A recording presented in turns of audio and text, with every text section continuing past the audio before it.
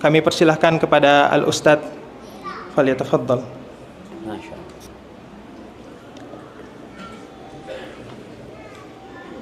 Assalamualaikum warahmatullahi wabarakatuh.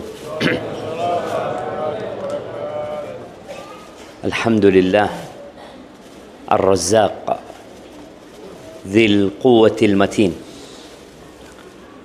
Segala puji bagi Allah Jalla Jalaluh, Maha Pemberi rizki. Dialah yang Maha Kuat dan Maha Perkasa. Alhamdulillahilladzi khalaqa wa qaddara fahada. Segala puji bagi Allah yang telah menciptakan, menentukan, dan Allah lah yang memberikan petunjuk.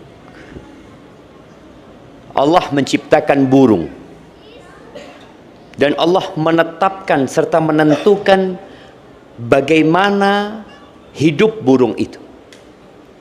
Dan Allah yang memberikan petunjuk kepada burung itu tentang bagaimana cara hidup dan bertahan untuk hidup. Antum pernah melihat, apalagi di Papua ini ya, berbagai macam burung yang rumahnya berbeda-beda. Mereka membuat sarang itu, ada yang di dalam pohon, ada yang mengumpulkan ranting-ranting, ada yang mengumpulkan rumput-rumput kering, ada yang membuat lubang di dalam tanah. Pertanyaannya, siapa yang ngajari burung itu, jemaah? Pernah melihat burung sekolah di Merauke sini? Nggak ada. Itulah petunjuk yang Allah berikan. Allah Maha Kuasa dan Maha Perkasa. Allahumma salli wa sallim ala abdika wa rasulika Sayyidina wa maulana Muhammadin wa ala alihi wa ashabihi ajma'in, amma ba'd. Yang pertama, saya ingin mengingatkan semuanya bahwa malam ini malam Jumat, malam untuk hari terindah, untuk hari paling mulia yang penuh dengan kebaikan. Nabi alaihi salatu wassalam memerintahkan kepada para sahabat untuk memperbanyak salawat pada hari Jumat. Maka perbanyaklah salawat buat Nabi alaihi salatu wassalam malam ini dan esok hari. Sejatinya sepanjang masa seharusnya kita memperbanyak salawat, tapi ada momentum yang kita diperintahkan untuk menambah salawat kita. Nah, antum sehari salawat berapa kali? 100 kali. Kalau malam Jumat berapa? Tetap 100 kan? Abu Fadl dia. Masya Allah. Nabi alaihi salatu wasallam mengatakan fa'akthiru fihi minas salati alaihi. Perbanyak. Jadi khususkan hari Jumat ini dengan salawat yang lebih banyak. Kalau antum biasa 100 kali, hari Jumat ya mungkin 300 kali. Dan hitung.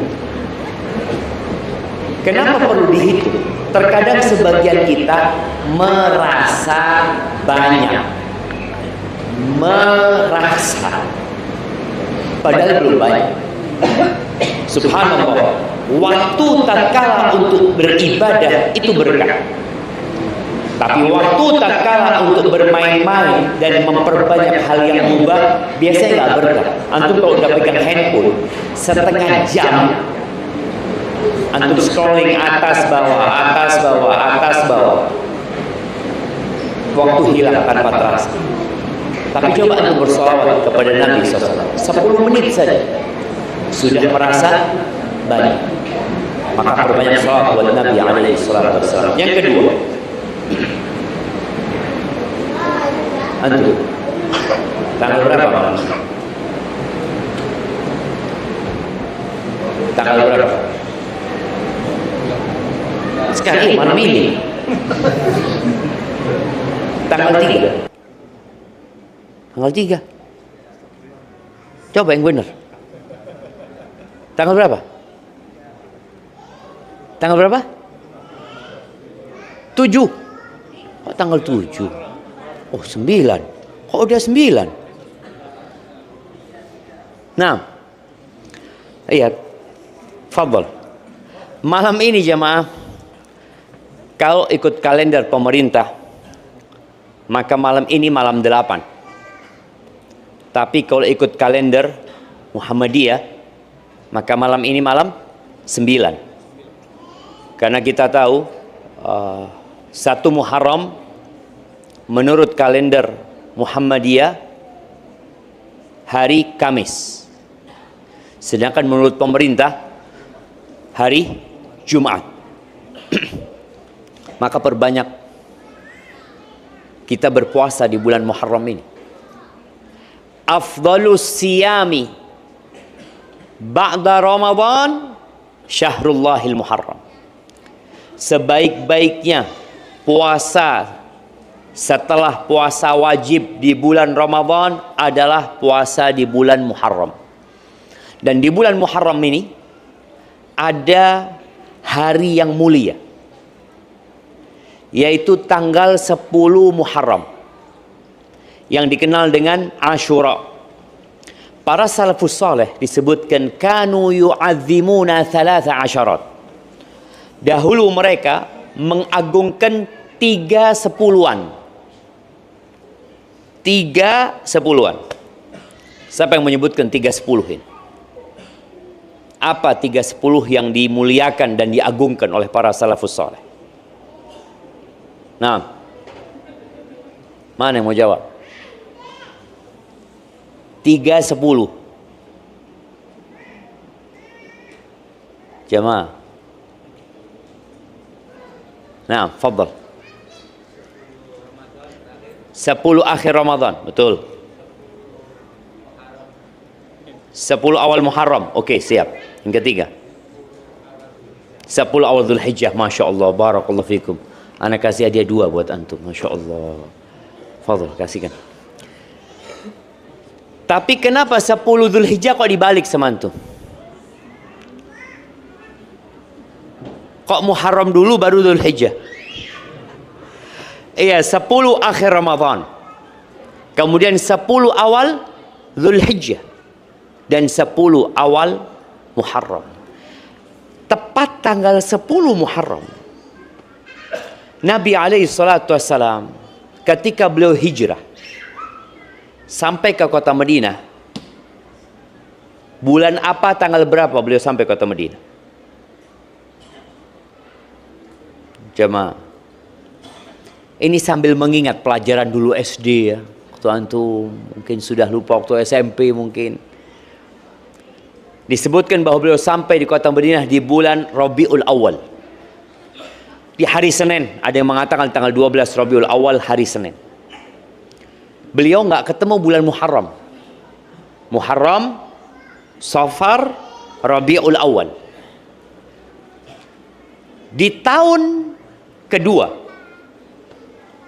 kedua setelah hijrahnya Nabi Muhammad SAW, beliau ketemu bulan Muharram. Ketika tanggal 10, subhanallah, orang-orang Yahudi, ingat, kalau ada orang yang berbicara tentang toleransi, kemudian mau mengajari umat Islam toleransi, maka dia sedang mengajari ikan berenang. Tidak ada toleransi kecuali setelah datangnya Islam.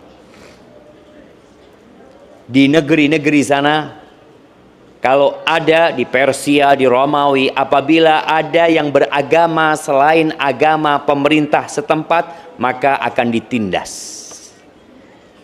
Bahkan kalau bisa dibunuh. Sebagaimana kita tahu saudara-saudara kita di Spanyol itu dibantai oleh Raja God dan Ratu Isabella. Ketika Nabi SAW hijrah ke kota Madinah, beliau hidup berdampingan bersama orang-orang Yahudi, bukan Nasrani. Jadi Yahudi sama Nasrani lebih jahat mana? Yahudi. Beliau hidup berdampingan dengan orang-orang Yahudi. Dan ada perjanjian, ada MOU yang dibuat sehingga mereka harus menjaga kota Madinah, bersama-sama menjaga negeri tersebut. Mereka tidak diusir. Cuma kemudian nanti Yahudi akan diusir. Kapan? Ketika mereka berkhianat dengan perjanjian yang dibuat. Nabi hidup berdampingan dengan mereka. Mereka punya tempat ibadah, mereka punya kebebasan melaksanakan ritual-ritual ibadah mereka di kota Madinah. Dan Yahudi kalendernya ikut bulan. Kalendernya orang-orang Yahudi. Karena kalau bicara kalender, semua nabi, Nabi kita Muhammad alaihi salatu wassalam, yang sebelumnya Nabi Isa alaihissalam, yang sebelumnya Nabi Musa alaihissalam, kalendernya satu. Kalender yang berpatokan dengan rembulan. Jadi kalendernya tadi Muharram sampai Dzulhijjah. Itu kalender mereka. Nabi Ibrahim, iya, Nabi Ibrahim itu yang diperintahkan oleh Allah untuk mengajak orang-orang haji. Hajinya bulan apa? Ada haji bulan Desember? Enggak ada. Haji ya bulan Dzulhijjah. Itu haji. Jadi ketika Nabi SAW sampai kota Madinah, pas tahun kedua itu bulan Muharram, tanggal 10 Muharram, orang-orang Yahudi pada puasa. Dan sepertinya sampai hari ini Yahudi tetap puasa. Ketika ditanya, mereka kenapa puasa? Kata mereka, dzaka yaumun najjallahu fihi Musa wa ahlaka aduwahu Fir'aun. Itu hari di mana Allah menyelamatkan Nabi Musa dan Bani Israel dari kejaran Fir'aun. Jadi kalau kita baca sejarah, ketika Bani Israel dikejar-kejar oleh Fir'aun sampai akhirnya berhenti di sebuah pantai. Lalu Fir'aun datang, kejadian itu pagi harinya tanggal 10 Muharram. 10 Muharram. Dan Allah binasakan Fir'aun. Maka kami berpuasa di 10 Muharram ini syukron lillah. Maka anda tadi ngelihat ada masjid itu namanya Nur Syukron. Ini bukan masjid Nur Syukron. Oke. Nah, ini masjid Nurul Mujahidin. Oh, lebih keren lagi jemaah. Nah, cahaya-cahaya para mujahid. Mereka berpuasa dalam rangka bersyukur kepada Allah Azza wa Jalla. Apa kata Nabi Muhammad sallallahu alaihi wasallam? Nahnu ahaqqu bi Musa minhum.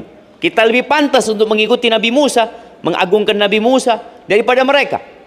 Maka akhirnya Nabi Muhammad SAW puasa tanggal 10 Muharram dan menyuruh semua sahabat puasa. Sampai yang pagi hari itu sudah makan, suruh berhenti makan. Sudah, kau puasa. Yang belum makan, niat puasa. Maka mereka berpuasa. Di tahun kedua itu juga turun kewajiban puasa Ramadan.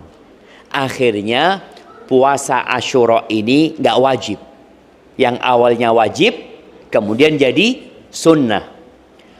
Itu kejadian tahun kedua. Ketika tahun 10 Hijriah, Nabi SAW berangkat haji.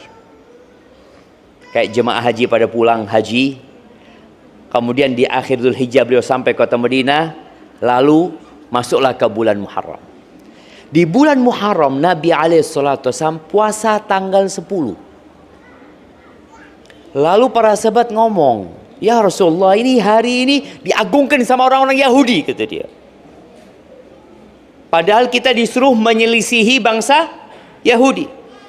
Lalu beliau mengatakan, la in ishtu ila qabil, kalau aku hidup sampai tahun depan, la asumannat tasi', maka aku akan puasa tanggal 9.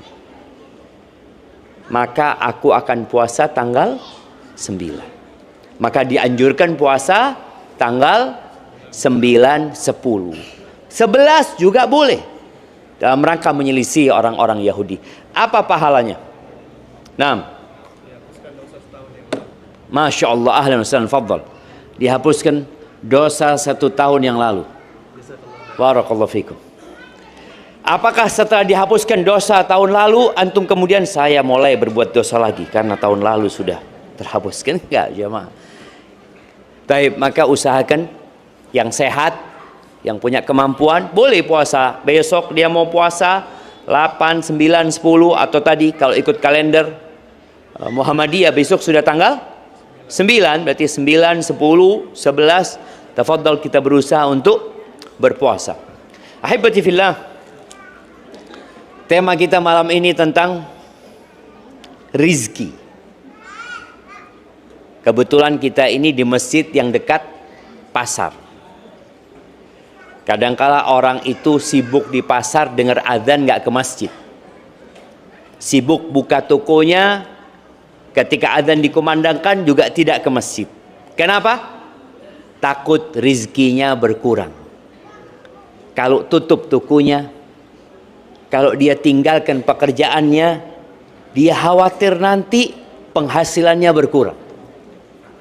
Padahal subhanallah, rizki itu sudah diatur sama Allah subhanahu wa ta'ala. Allah menetapkan rizki kita sebelum kita lahir. Tadi kita dengar imam. Nah, ana mau tanya, antum, imam tadi rakaat pertama baca apa? Al-Fil, betul, Masya Allah. Kasihkan pada beliau. Nah, rakaat kedua, antum baca apa rakaat kedua imamnya? Baca Al-Fatihah enggak? Oh jelas, ya jelas lah baca Al-Fatihah. Nah, setelah Al-Fatihah antum? Nah, Al-Quraisy. Quraisy, surat Quraisy, Masya Allah, fadal. Kasihkan ke beliau. Quraisy. Dua surat ini sangat berkaitan dengan kehidupan bangsa Quraisy. Di surat Al-Fil, Allah menceritakan bagaimana rizki yang Allah berikan kepada bangsa Quraisy. Pada saat Abraha berangkat dari Yaman, setiap kabilah suku Arab yang dilewatin takluk, sampai kemudian masuk ke kota Mekah. Penduduk Mekah tidak melawan Abraha. Abdul Muttalib, kakeknya Nabi Muhammad sallallahu alaihi wasallam, onta-ontanya dirampas sama Abraha. Ada 200 ekor onta yang dia miliki. Akhirnya dia datang menjumpai Abraha. Abraha ketika melihat Abdul Muttalib, melihat orang ini orang yang berwibawa, penuh karisma. Abraha yang awalnya duduk di atas singgasana, duduk di bawah bersama Abdul Muttalib. Akhirnya Abdul Muttalib ngomong sama Abraha. Ketika tanya, engkau mau apa? Kata Abdul Muttalib, aku datang mau meminta kembali onta-ontaku.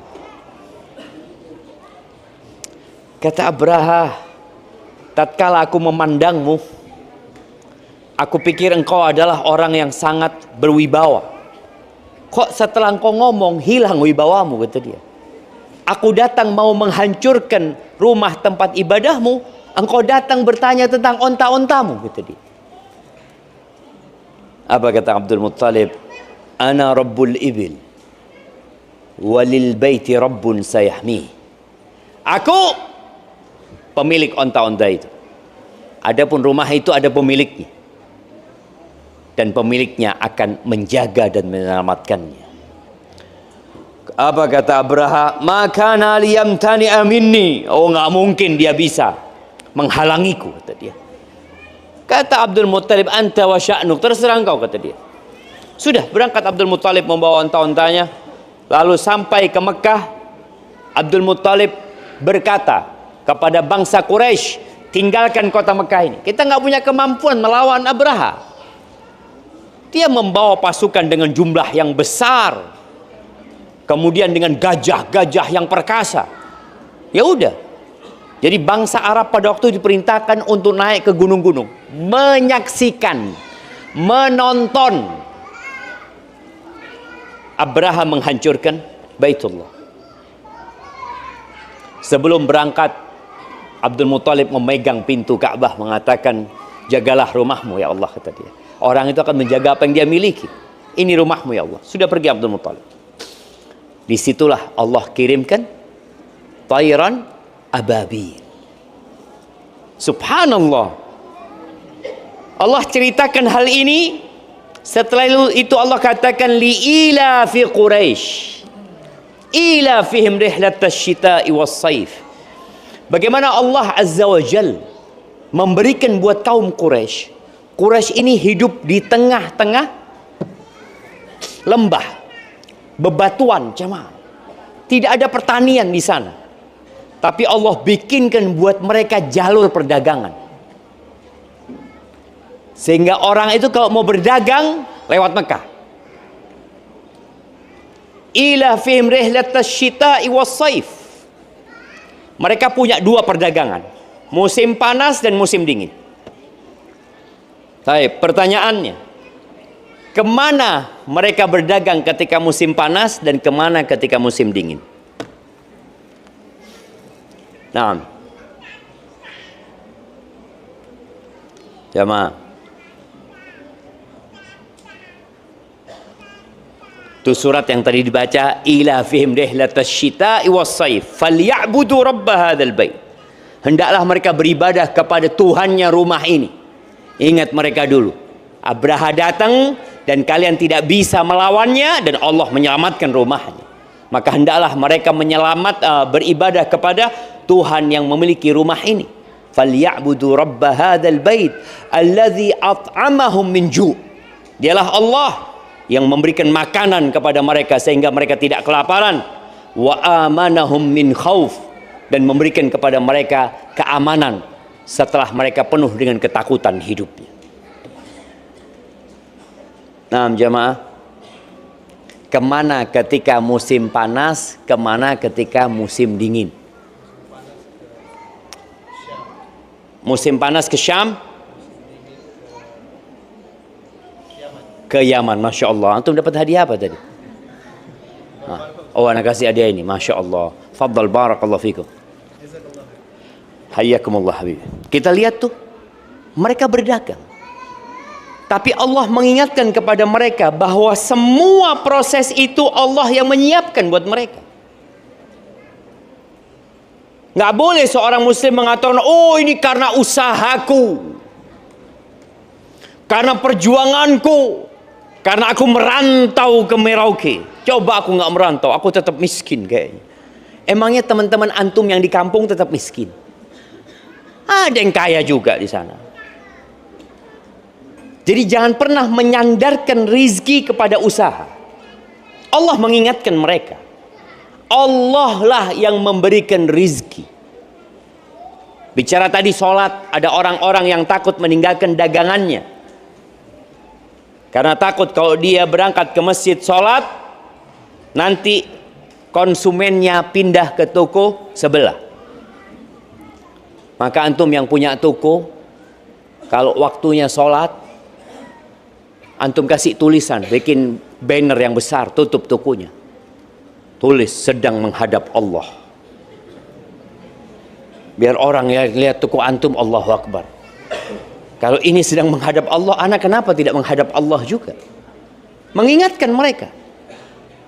Kalau tulisan sedang sholat, biasa aja kan. Oh sholat gitu kan.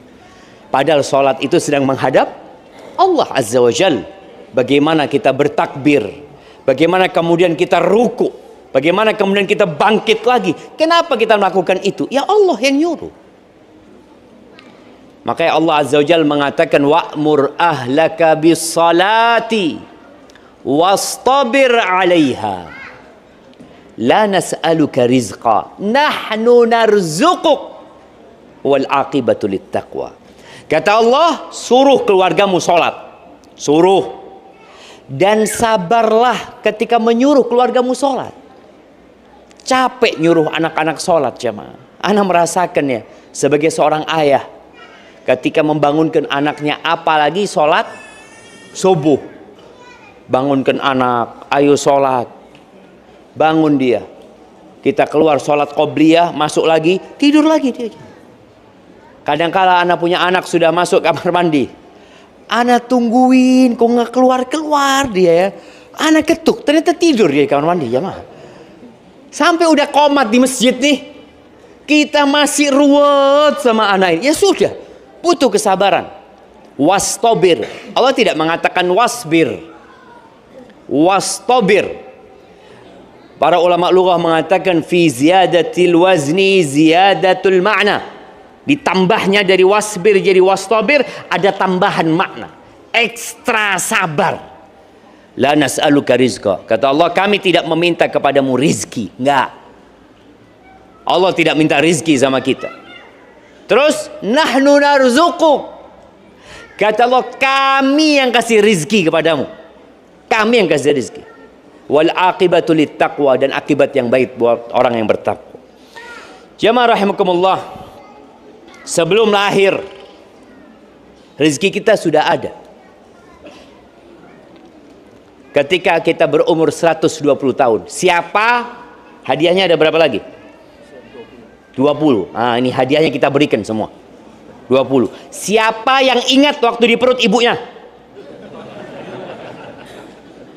Nah, ya kan kita belum bernyawa, oke. Setelah ditiupkan nyawa 120 hari. Antum ingat nggak?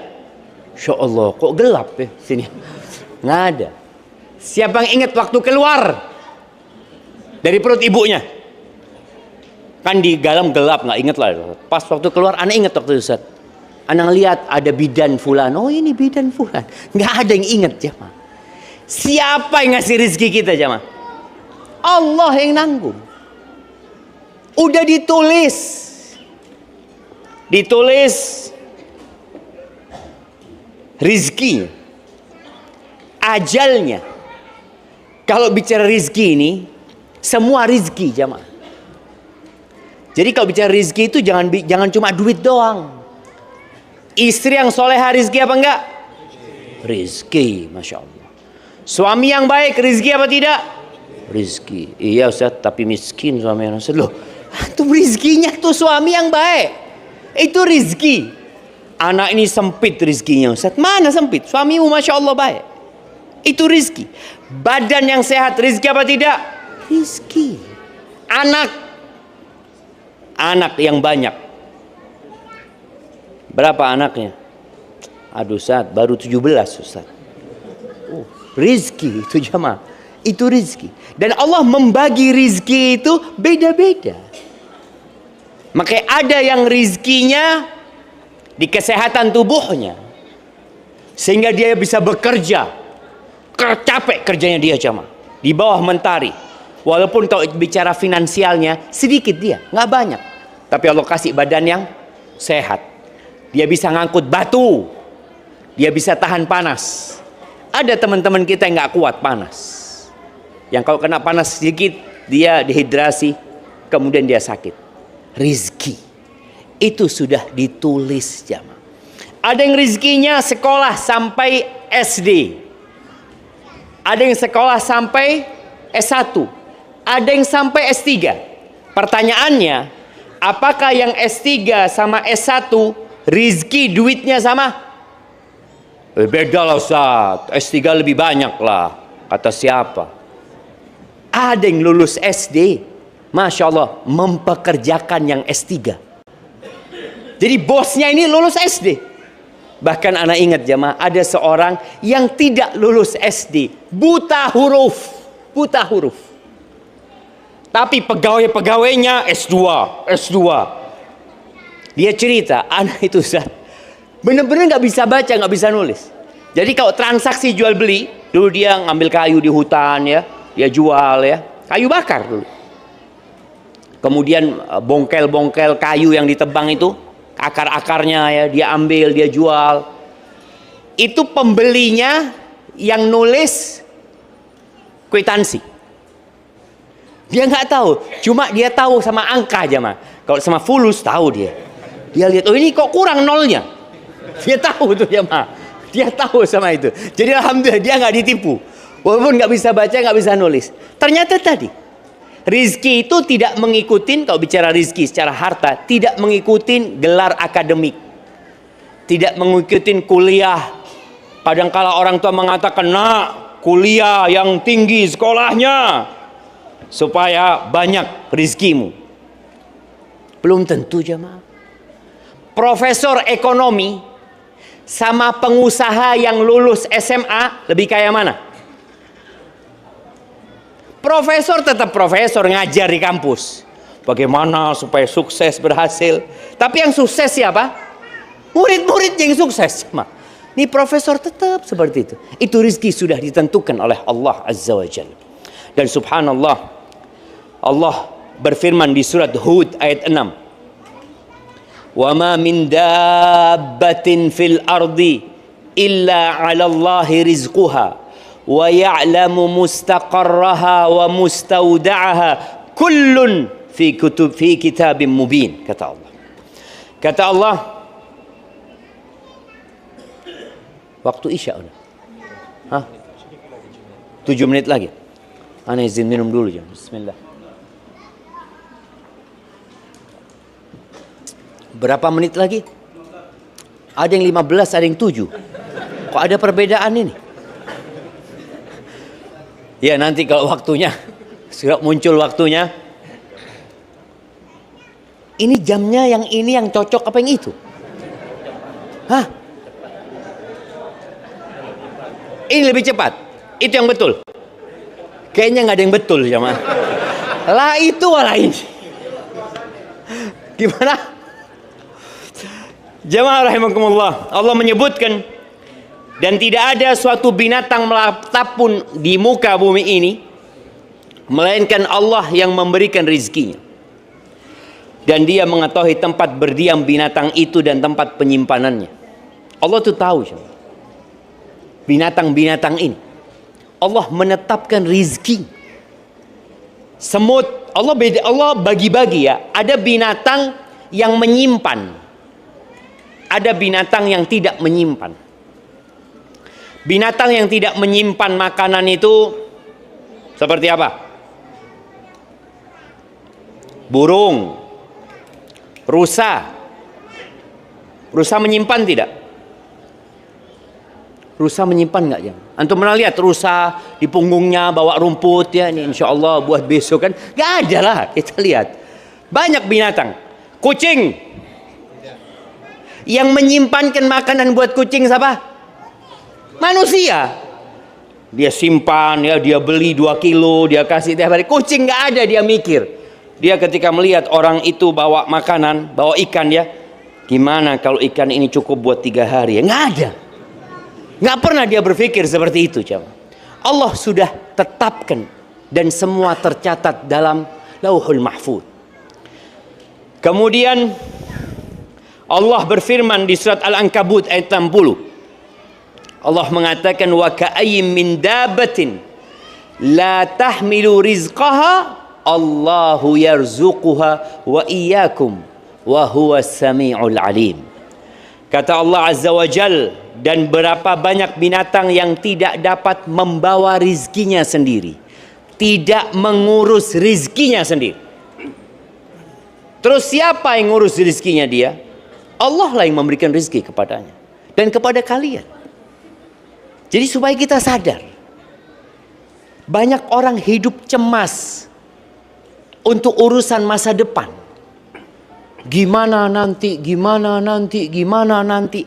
Pernah lihat burung cemas ya mah? Dia duduk, ini gimana musim hujan sekarang ya? Pernah melihat dia cemas? Nggak ada. Dia yakin Allah yang kasih rizki. Maka Allah katakan, kami yang memberikan rizki kepada mereka dan kepada kalian. Allah yang memberikan rizki.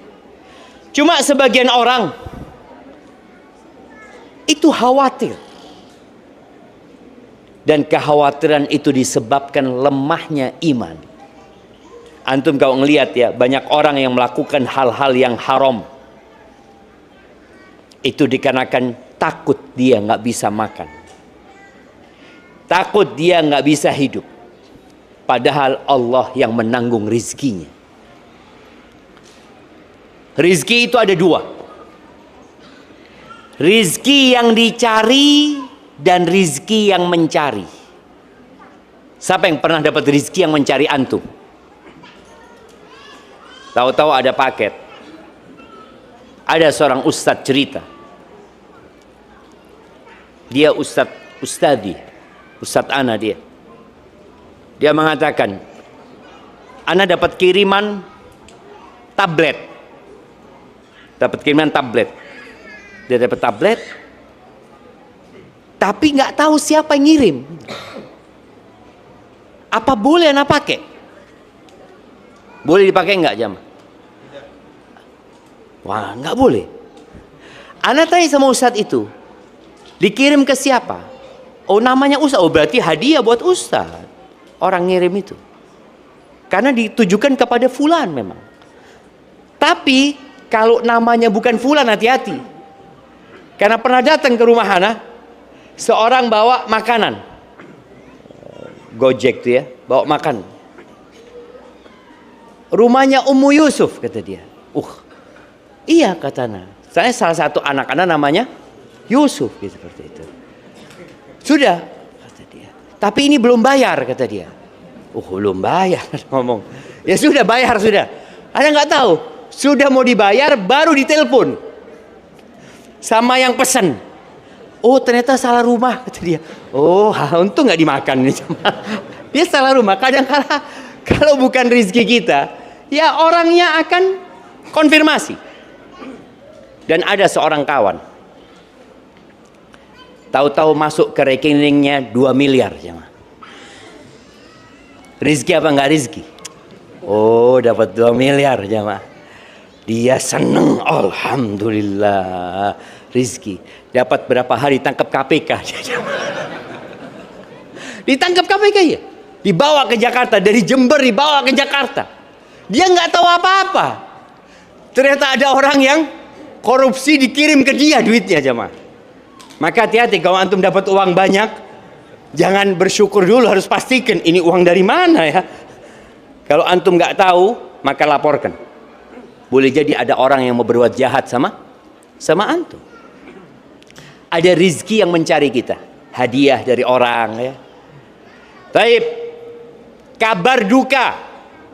Umpamanya antum ditelepon, Dek, bapak meninggal dunia. Rizki apa bukan? Mau bagi warisan ini. Rizki apa bukan jemaah? Ya sedih lah Ustaz. Ya sedih meninggal. Inna lillahi wa inna ilaihi raji'un. Berapa lama sedihnya antum? Ya sepekan, 2 pekan, 1 bulan. Habis gitu ditelepon lagi. Dek, insyaallah besok kita bagi warisan. Warisan itu rizki yang mencari kita. Makanya kalau ada orang membunuh untuk mendapatkan warisan, nggak dapat warisan. Warisan itu nggak bisa dicari. Warisan itu yang mencari kita. Dan ada rizki yang kita mencarinya dengan usaha. Namun semuanya sudah berada dalam catatan kita, dalam lauhul mahfud. Ahibati fillah. Isya udah. Masuk isya belum? Ini jamnya harus dibenerin jamaah. Yang itu sama yang ini. Barakallahu fiik. Kita sholat dulu. InsyaAllah habis sholat kita lanjutkan kajian. Sallallahu ala nabiyina Muhammadin wa ala alihi wa sahbihi wasallam.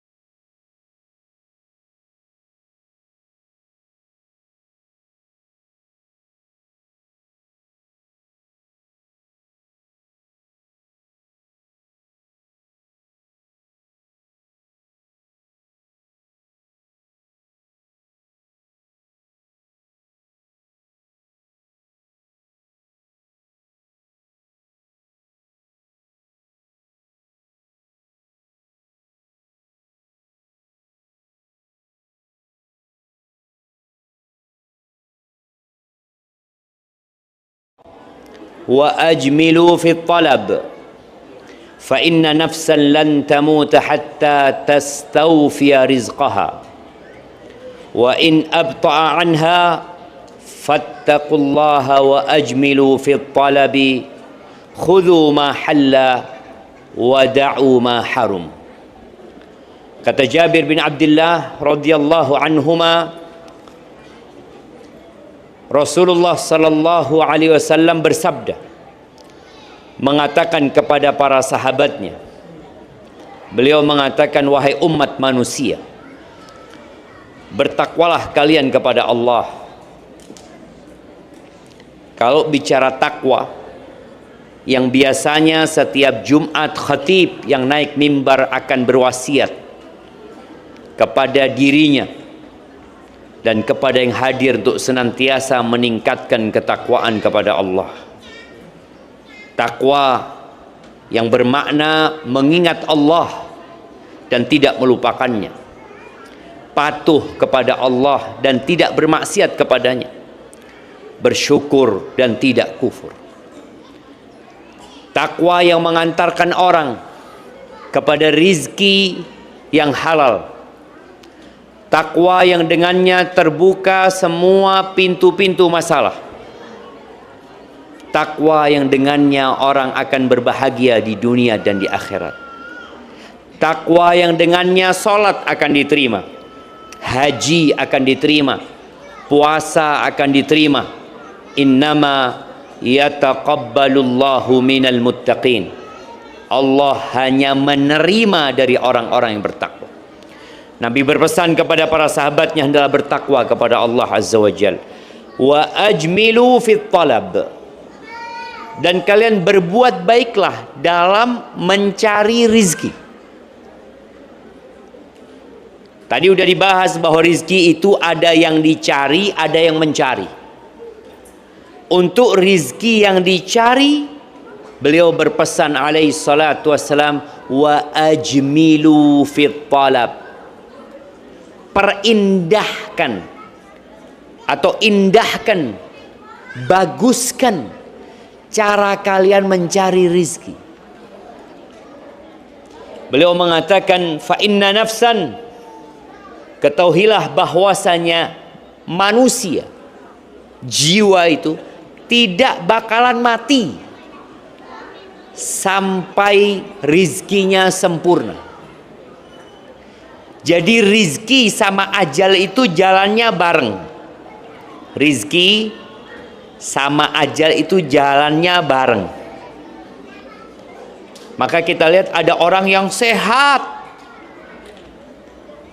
gagah perkasa, jagoan, jawara, kaya raya, mati jemaah. Pernah lihat orang sehat mati? Pernah lihat enggak tuh? Apakah semua orang mesti sakit? Enggak. Ada orang-orang sehat yang mati. Ada orang-orang kaya yang mati. Mungkin sebagian berpikir, loh, gimana dia mati Ustaz? Padahal di rekeningnya masih ada 2 miliar yang belum dia pakai. Padahal dia punya rumah 7. Dia punya usaha dengan 7 cabang. Asetnya banyak. Kok bisa dia mati? Ya, karena rizkinya sudah habis. Maka Nabi ketika menyampaikan ini, agar para sahabat dan kita umatnya tatkala mencari rizki itu dengan cara yang baik. Dan yakin yang milikmu pasti akan datang kepadamu. Yang bukan milikmu nggak akan pernah sampai kepadamu. Sebagian orang cerita sama kawannya, ya Allah, ana hampir saja dapat keuntungan besar. Kenapa? Ini ada tanah dijual, murah harganya, pasarannya 1 miliar, dijual 500.000 atau 500 juta kata dia. Seharusnya ana yang beli itu. Tapi karena ana waktu itu tidur, ditelepon ana nggak ngangkat, akhirnya dijual ke orang lain. Berarti rizkinya siapa? Ya bukan rizkinya antum memang. Kalau rizkinya antum, wallah antum tidur ditunggu. Kalau rizkinya antum, wallah sudah dibayar, dibalikin. Betapa sering kita mendapati seperti itu. Maka tadi, nggak akan mati seseorang kecuali rizkinya sudah sempurna. Antum pernah melihat keluarga atau kerabat yang sakit parah, masuk rumah sakit, tahu-tahu malam itu jamaah segar. Ya Allah, insya Allah. Tanya sama dokter, dok kapan boleh pulang dok? Insya Allah lah kalau kayak gini besok boleh pulang insya Allah. Alhamdulillah. Malam itu keluarga datang semua bergembira melihat ayahnya tersenyum. Mereka berkata, ayah kepingin apa? Ya Allah, ayah kepingin jus apokat. Dok, boleh jus apokat? Oh boleh, silahkan. Datangkan jus apokat. Jam 9 malam minum jus apokat. Jam 11 mati. Kenapa? Ternyata ada dalam catatan dia jus apokat yang belum masuk ke perutnya. Maka dia harus sehat, minum jus apokat, baru mati. Benar-benar jamaah. Semua akan mendapatkan rezekinya secara sempurna. Akan mendapatkan. Lalu kata Nabi SAW, wa in abta'a anha, walaupun kadangkala lambat datangnya. Di riwayat lain Nabi SAW mengatakan, wala yahmilannakum istibta'ur rizq. Jangan sampai ketika orang merasa lambat rizkinya, kemudian dia melakukan yang haram. Jangan. Beliau mengatakan, carilah dengan cara yang baik. Ambil yang halal, tinggalkan yang haram. Kadang-kadang ada tawaran kepada kita. Sebagian kita melihat kawannya sudah beli motor, kawannya sudah punya rumah, kawannya sudah kawin, dia motor belum, rumah belum, nikah belum. Apa yang dia lakukan? Berhutang. Sebagian kita berhutang dengan cara riba untuk beli motor, melakukan riba untuk beli mobil. Maka ahibati fillah, tinggalkan yang haram, ambil yang halal. Pasti kalau rezeki kita akan sampai kepada kita. Sebagian orang sekarang dengan adanya judol. Apa judol? Judi online. Judi ini termasuk cara mencari rezeki enggak? Termasuk enggak? Termasuk. Antum lihat fulan, masya Allah zat, langsung kaya. Kenapa? Menang lotre.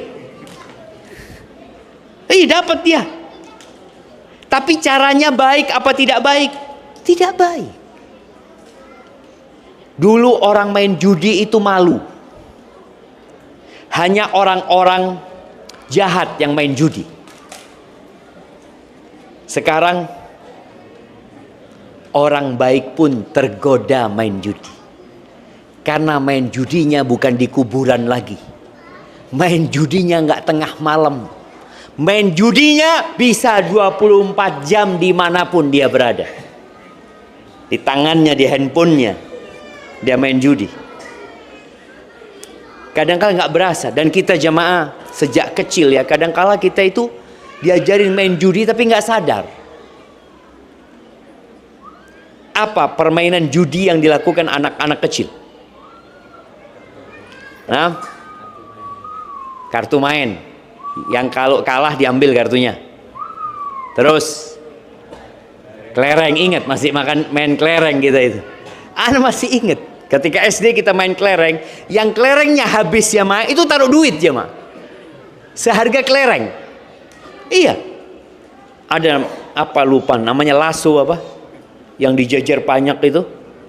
Kemudian dilempar dari jauh itu. Apa namanya? Sudah lupa kita jemaah. Iya, itu judi-judi yang dalam pandangan orang-orang enggak, bukan judi Ustaz. Padahal di situ ada unsur judi. Maka hati-hati dengan yang adanya judol ini jamaah. Kemudian yang kedua, pinjol yang dengan sistem riba. Dulu orang kalau mau pinjam uang itu sulit. Jam 12 malam tutup jemaah. Jam 10 malam sudah tutup. Sekarang 24 jam antum bisa pinjam uang. Padahal Allah mengumumkan riba, mengumumkan laknat, memberikan laknat dan mengumumkan perang kepada pelaku riba.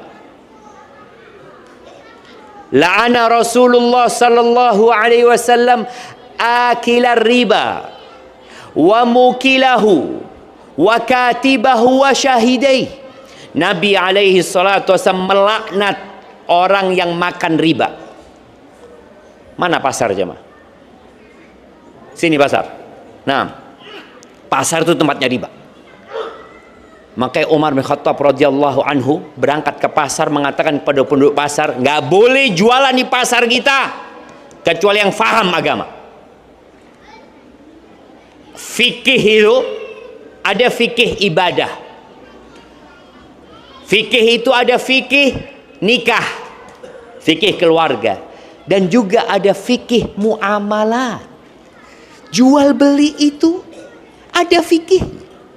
Maka Umar melarang orang-orang untuk berjualan kau nggak ngerti hukum-hukum. Karena mau tidak mau dia akan melakukan riba tapi nggak sadar. Boleh tidak kita kalau kita punya beras yang jelek 2 kilo, kita datang ke pasar kemudian kita tukar dengan beras yang bagus 1 kilo. Boleh apa enggak? Orang pasar boleh enggak? Ya boleh-boleh aja lah Ustaz. Ini kan jelek Ustaz. Yang ini bagus. Nggak boleh siapa? Loh kok bisa nggak boleh Ustaz? Orang kita ridho biridho. Kita saling ridho Ustaz. Iya, keridhaan penting dalam jual beli. Tapi keabsahan jual beli itu juga penting. Nggak boleh kita jual beli makanan pokok yang sejenis ditukar, dibarter kecuali dengan nilai atau dengan takaran yang sama, dengan timbangan yang sama dan kontan di tempat jemaah. Itu ada aturannya.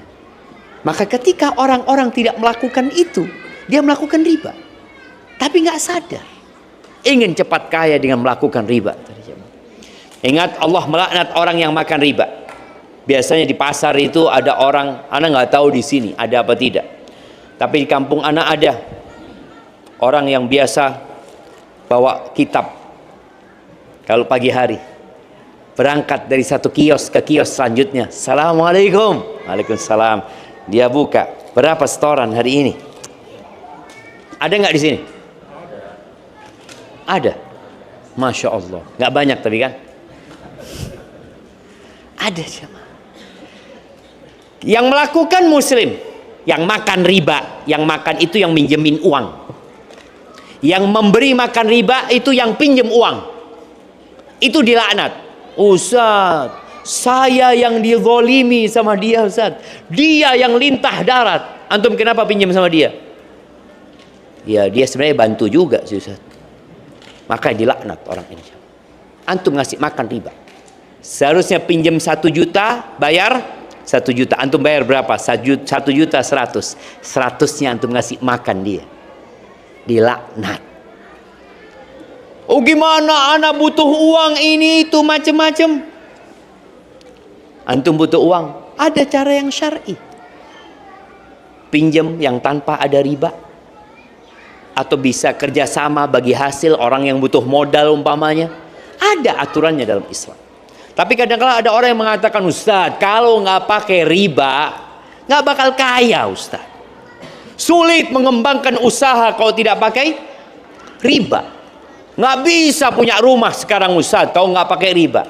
Nenek moyang kita dulu bagaimana bisa punya rumah? Antum bandingkan ya, rumah orang dulu dan rumah orang sekarang. Rumah orang dulu itu luas-luas tanahnya jemaah. Rumah orang sekarang itu minimalis, nggak berkah. Udah kecil pakai riba lagi. Itu dilakukan oleh manusia. Maka tolong jangan terburu-buru. Gara-gara lambat ya, ada orang yang lambat dapat pekerjaan, akhirnya sogok sana, sogok sini supaya dapat pekerjaan, ingin cepat kaya dengan riba, ingin cepat kaya dengan judol atau dengan cara apapun. Jangan. Ambil yang halal, tinggalkan yang haram. Ayyuma lahmin nabata min suhtin fannaru aula bihi. Daging mana saja jemaah, daging mana saja yang tumbuh dari hasil yang haram, neraka lebih pantas jadi tempatnya dia. Maka jangan sampai kita hidup dengan yang haram karena merasa ya sulit Ustaz. Sampai ada yang mengatakan, apa kata orang sekarang? Yang haram saja susah Ustaz, apalagi yang halal. Sekarang susah cari pekerjaan Ustaz. Sebagian orang berpikir rizki itu harus bekerja. Loh enggak jemaah. Makanya kunci rizki yang paling utama namanya tawakal. Kata Nabi alaihi salatu wassalam kepada para sahabatnya, "Lau annakum tawakkaluna 'ala Allahi haqqa tawakkulihi la razaqakum kama yarzuqut tayr." Kalau kalian bertawakal kepada Allah, tawakal itu amalan hati ya. Apa artinya tawakal? Nah, mana kasih hadiah? Iya, yang belum jawab mana? Antum, apa artinya tawakal?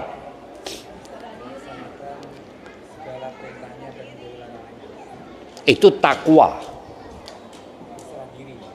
Berserah diri kepada Allah. Apa yang diserahkan?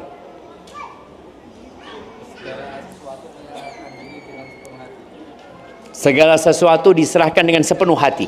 Nah, antum dapat bocoran dari mak-mak tadi kayaknya. Iya. Jadi tawakal itu artinya athiqatu billah. Percaya, yakin sama Allah dan menyerahkannya kepada Allah. Percaya dan yakin kemudian menyerahkan. Kadang-kadang kita punya pegawai, ya kita nggak terlalu percaya sama dia sebenarnya jemaah. Tapi gimana lagi, nggak ada orang lain. Sudahlah bismillah, dialah. Mungkin dia berkhianat sedikit-sedikit. Tapi kita sama Allah yakin dan menyerahkan kepada Allah Azza wa Jalla. Itu namanya tawakal. Kalau kalian tawakal dengan sebenar-benarnya tawakal, bukan hanya omongan lisan, tapi hatinya benar-benar menyerahkan kepada Allah. Dia tidak bergantung kepada dompetnya, dia tidak bersandar kepada usaha dan pekerjaannya, karena dia tahu toko yang dia miliki, kalau Allah mau bakar saat ini akan terbakar. Ana pernah ke Astagfirullahaladzim, Palu, ke Palu coba. Satu kampung padat penduduk jemaah. Itu tanahnya ambles jemaah.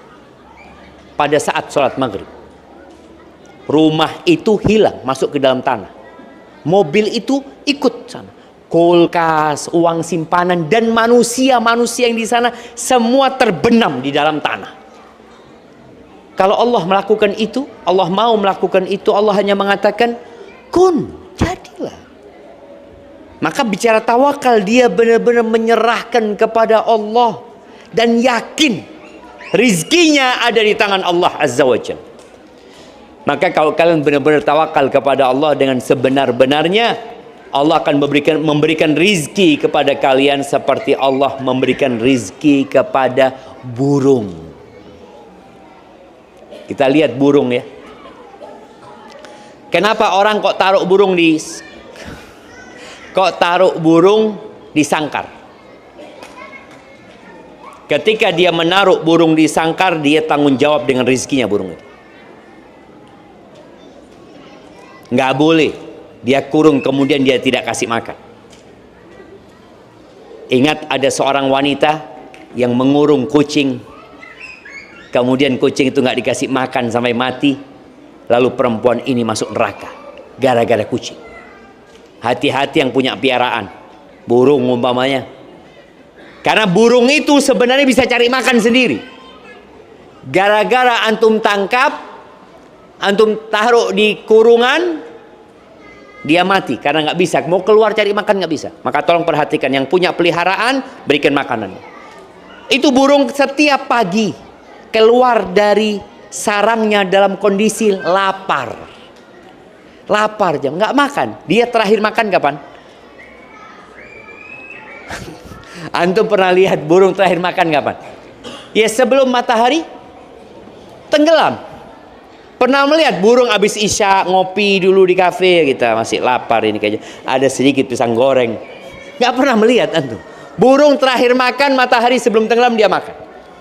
Dan dia semalaman tidak makan. Pagi dia keluar lapar.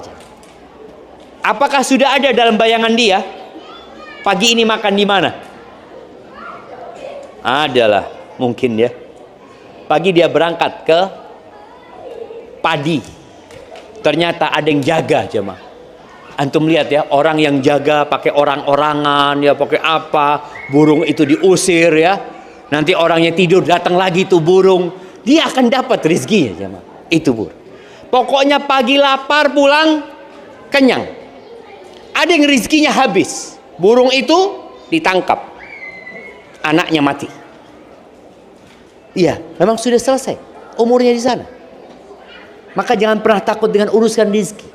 Yang pertama, perbanyak tawakal atau perkuat tawakal kita kepada Allah Azza wa Jalla. Kemudian bagi para perempuan, bantulah suamimu mencari rezeki dengan bertakwa kepada Allah Azza wa Jalla. Yang kedua, memperbanyak istighfar. Jadi nggak harus orang itu bekerja terus. Berapa banyak orang yang duduk di tokonya, nggak ada pembeli yang lewat ya mah. Yang datang tidak ada. Bahkan kita tahu sebagian orang dalam rangka mendapatkan rezeki yang banyak melakukan sihir. Dia berangkat ke dukun. Sihir itu sangat kuat sekali biasanya di pengusaha restoran, warung. Karena makanan itu kalau nggak ada yang beli, rusak. Maka hati-hati, jangan sampai seorang karena ingin mendapatkan rezeki yang banyak dia melakukan sihir. Warung saudaranya disihir supaya nggak ada yang ngelihat. Bisa jemaah. Bagaimana sihir-sihirnya penyihir-penyihir Fir'aun itu membuat orang-orang melihat seakan-akan tongkat itu jadi ular. Padahal tongkat itu tetap tongkat, nggak berubah jadi ular. Maka tadi buat yang mau berusaha apapun, perbanyak istighfar, bertakwa kepada Allah Azza wa Jal, perbanyak sodakohnya. Yang ingin rezekinya diluaskan, sambung rahimnya. Dengan itu insya Allah Allah akan berkahi rezeki kita. Barakallahu fiik. Itu yang dapat Anda sampaikan. Mungkin kita masuk ke sesi tanya jawab. Naam. Bismillah.